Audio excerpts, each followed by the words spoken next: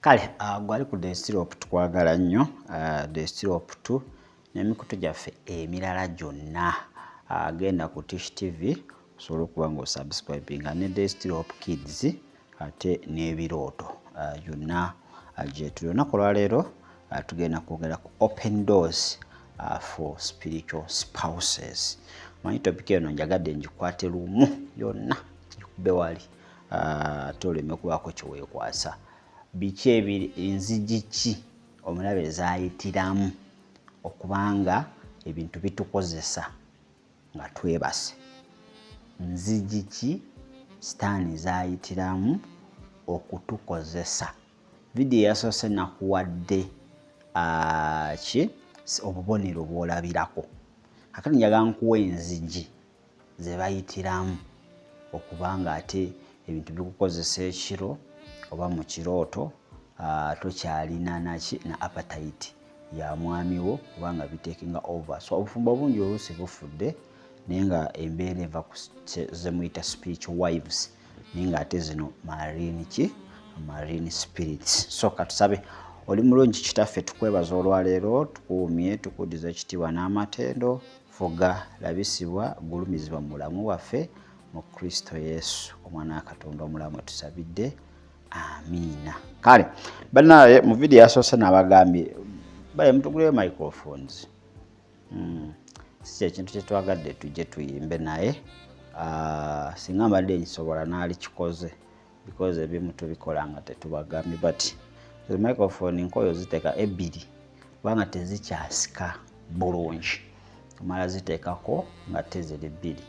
Ati kusooka temubanga mulina interview kyoba sikyakola interview n'abantu ndudde kubanga tezisobola babiri. So mutufunireyo microphone twongere okuba nga tubakyaliza abantu ab'enjawulo abalina obubaka obujulizi ate n'abalina ebigambo biyinza okuba nga ate bikuzaamu ki amaanyi. Oba ozirina osobola oziteeka ku mmotoka ne zijja ejjinja.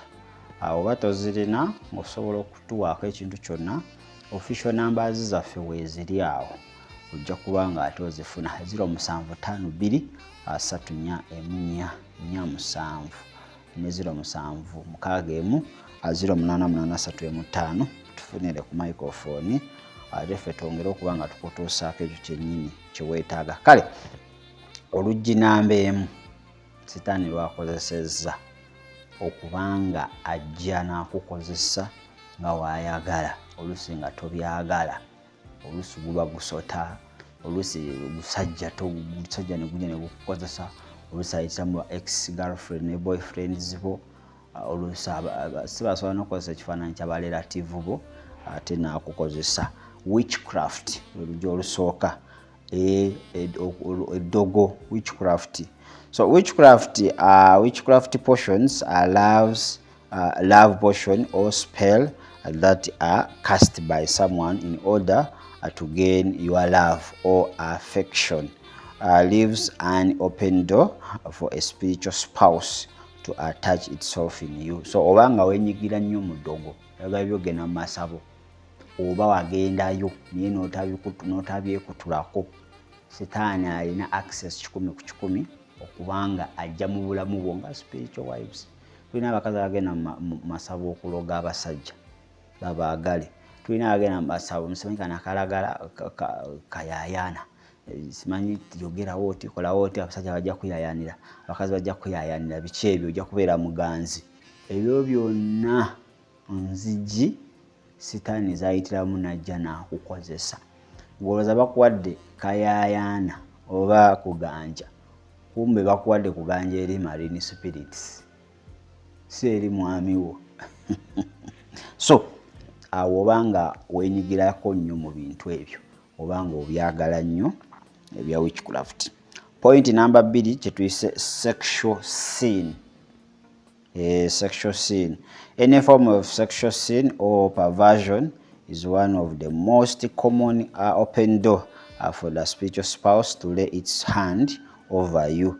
These sexual sins could be anything from fornication, adultery, bestiality, homosexuality, or any other sexual acts including viewing and consuming pornography.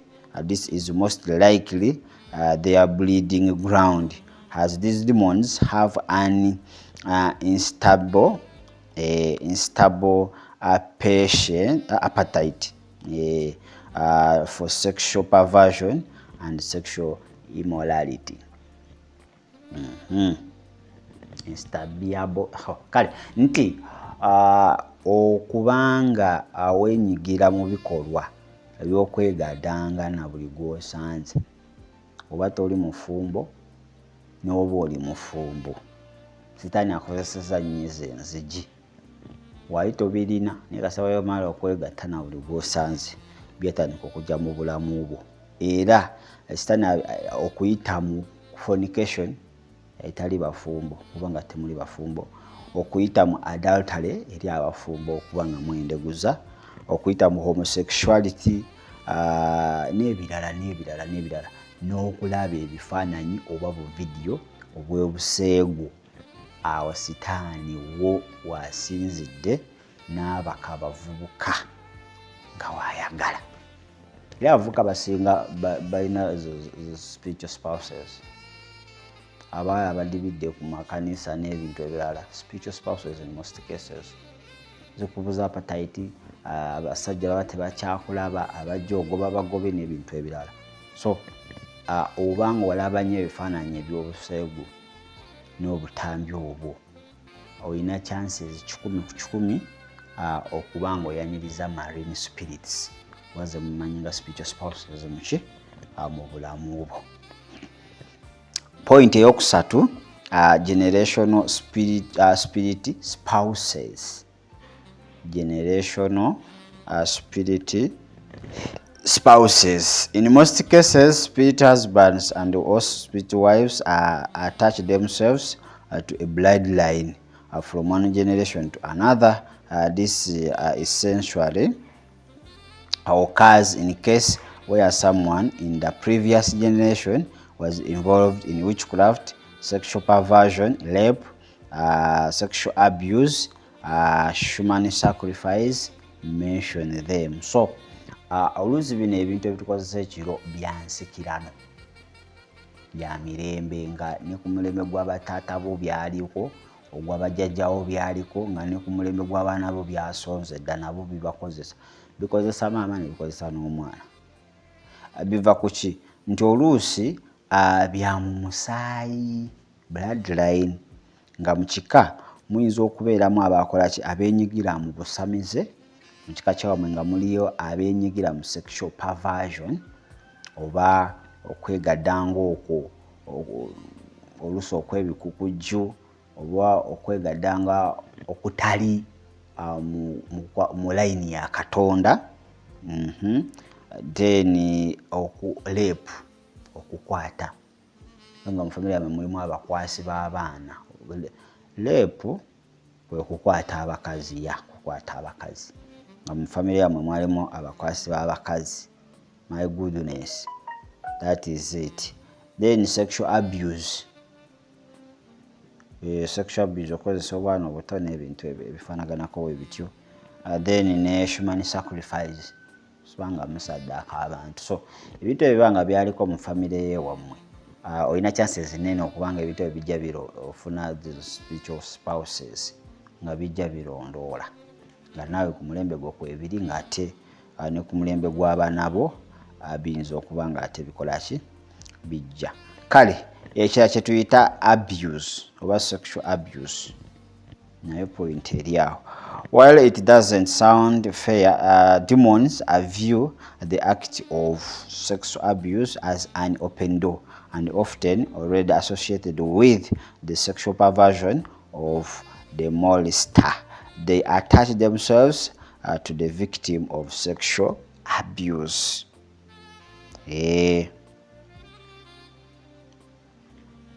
Okutulugunyizibwa sexually. Okutulugunyizibwa sexually kulimu ebika bingi. Okutulugunyizibwa sexually. So buli woyita omukutulugunyizibwa sexually, luggi lunene okubanga ate mulaba aluyitamu okubanga ate atandika okubanga ajja mu bulamu, especially kiri nnyo mu baana, children or young girls and what, so batulugunyizibwa nnyo sexually, kyetuyita aggressive whatever, aggressive sex n'ebintu ebifaanaganako bwebityo. So olw'okubeera mu sex oba okwegatta okwo nga teweeyagalidde, oba ng'oli muto bakutte bukwasi n'ebintu ebifaanaganako bwebityo, Sitaani akozesa nnyo omwagaanyi ogwo okubanga ate ajja mu bulamu bwo, anatandika okubanga ate akukozesa. Last but not least, ekinaasembayo kye tuyita soul ties, oba ne soul ties, obanga topic nagikolako, I think osobola n'oginoonya ku There is Still Hope. Soul ties, soul ties y'emu ku ngeri Sitaani zyayiseemu okubanga asigala akukozesa mu kiro. When a person that you have a soul tie with walks away from your life, it results in the breaking of your soul into fragments.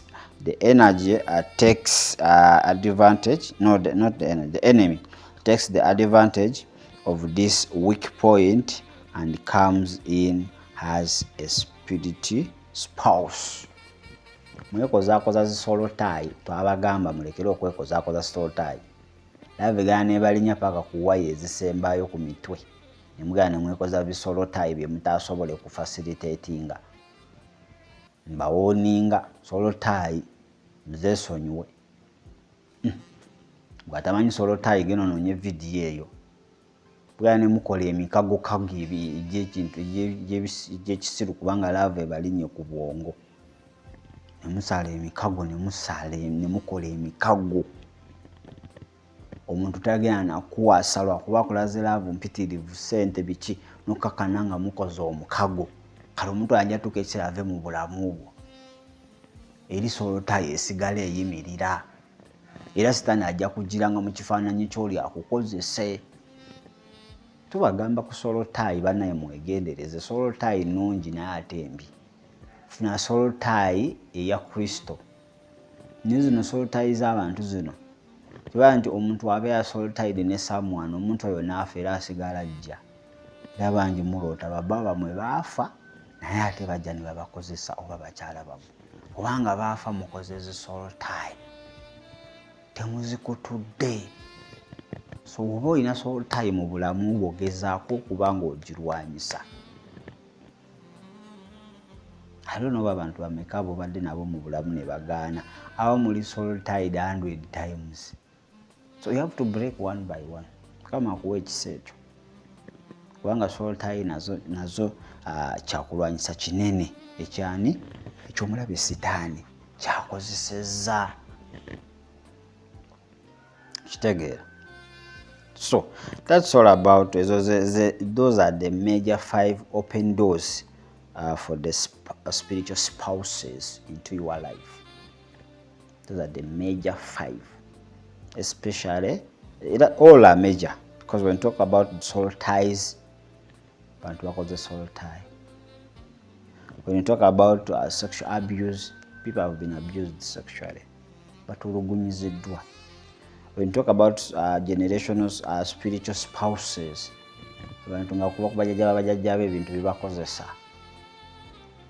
sexual sin, sexually.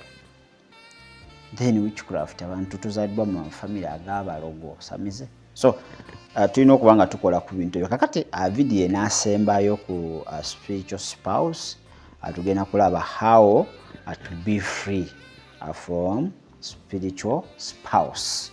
Tusumululwa tutya okuva mu myoyo egyo gyonna egitukozesa.